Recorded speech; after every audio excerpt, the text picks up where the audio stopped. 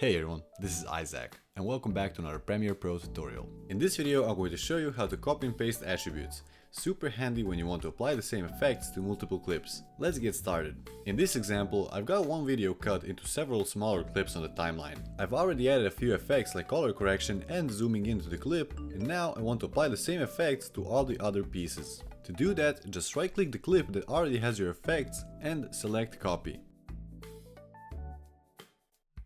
Then, highlight all the other clips you want to add those effects on, right click and choose Paste Attributes. A window will pop up showing all the effects and settings that can be pasted, things like motion, opacity, lumetri color, blur and more. You can uncheck anything you don't want to copy, then click OK. In my case, I want to copy everything, so I will leave everything checked on. That's it for this video. If you found this video useful, subscribe for more tutorials like this one. Check the description below for the links of all my socials, and if you have any questions or future video requests, leave them down in the comments below.